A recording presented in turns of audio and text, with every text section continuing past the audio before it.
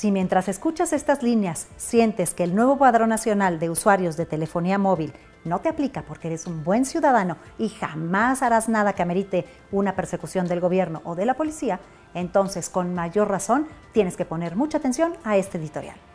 Estos cambios a la Ley Federal de Telecomunicaciones y Radiodifusión se hicieron bajo la premisa de combatir al crimen organizado y los delitos que se cometen usando teléfonos celulares. Pero debes preguntarte, ¿con toda honestidad? ¿Con toda honestidad crees que el extorsionador, secuestrador o narcotraficante compra su celular con su INE y su comprobante de domicilio actual o real? ¿O más bien que los consigue en mercados informales? Una historia que nace bajo una premisa falsa suele terminar en tragedia.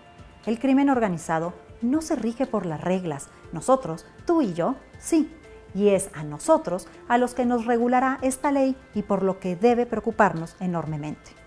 Para poder explicar los riesgos de este nuevo padrón y con ello transmitir el miedo y el rechazo que debemos tener, es necesario dividir la historia en dos partes. Primero, hay que hablar sobre los alcances de la tecnología que se piensa utilizar. Y segundo, sobre los jugadores políticos que participan en este proceso. Empecemos por la tecnología. La nueva ley busca recabar tu iris, tus huellas dactilares y tu cara con el fin de asociarlos a un número celular, o al menos es lo que nos dice. La razón por la cual buscan esos datos y no les basta con tu nombre y domicilio es que son exclusivos de tu persona. En otras palabras, tu nombre puede estar repetido en México y puedes contar con uno, dos o más homónimos. Sin embargo, tu iris, tus huellas dactilares y tus facciones de la cara son únicas. Vale la pena repetirlo. Nadie más en el mundo tiene tus mismas huellas dactilares, tu iris o tu cara. Son irrepetibles. Hoy en México, tu iris o huella dactilar funcionan para diferentes cosas, desde validar operaciones bancarias, desbloquear tu teléfono, acceder a tu oficina o identificarte para pagar impuestos. En otros países ya son utilizadas para registros médicos o como medio de identificación en sustitución al pasaporte.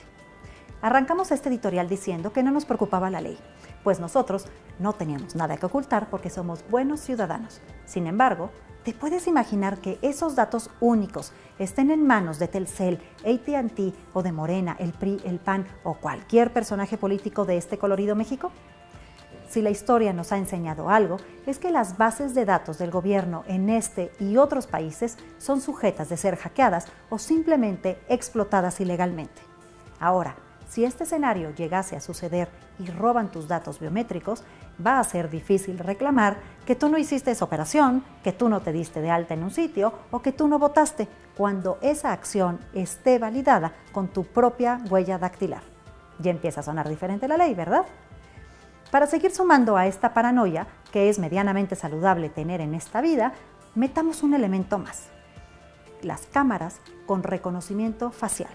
Estas cámaras, como su nombre lo dice, tienen la capacidad de reconocer a una persona en medio de una multitud, dentro de un auto o simplemente caminando en la calle.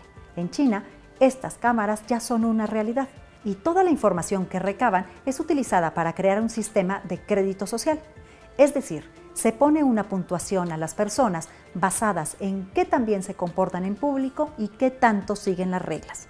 Dicho crédito social afecta desde a qué escuela puedes asistir, qué trabajo puedes tener o hasta dónde puedes viajar. Si tienes dudas o piensas que es más ciencia ficción que realidad, haz una simple búsqueda en internet de los términos reconocimiento facial, más China, más valor social. Supongamos que no tienes nada que ocultar y eres un ciudadano ejemplar. Sin embargo, ¿te gustaría que alguien sepa dónde estás y con quién estás cada que sales de tu casa?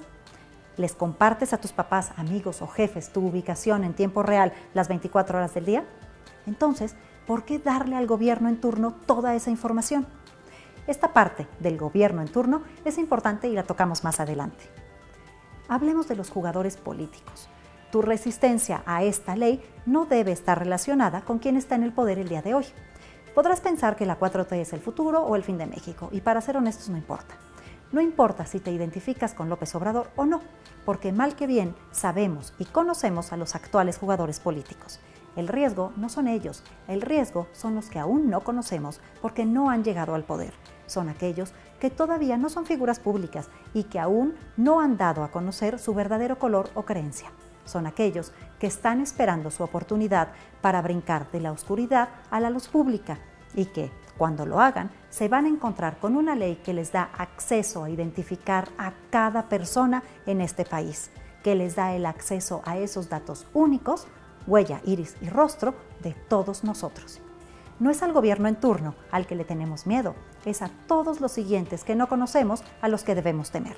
La peligrosidad de este nuevo padrón quedará latente, lista para que cualquier gobernante pueda usarla a discreción y abusar de tus datos íntimos. ¿Y sabes qué es lo peor? No hay ninguna evidencia que indique que este tipo de padrones disminuya la comisión de actos criminales porque, como dijimos al principio, los delincuentes tienen distintas técnicas para eludirlo. Hasta ahora, solo hay 17 países en el mundo que exigen algún tipo de identificación biométrica para comprar una tarjeta SIM. Y en esa lista no hay ningún país plenamente democrático y sí están países autoritarios como China, Arabia Saudita, Afganistán o Venezuela. Por todas estas razones, en cuestión nos oponemos a la entrada en vigor de la reforma a la Ley Federal de Telecomunicaciones y Radiodifusión y a la creación del Padrón Nacional de Usuarios de Telefonía Móvil. Y esta semana estaremos analizando y escribiendo sobre todos los peligros de que las empresas y el gobierno tengan tus datos biométricos.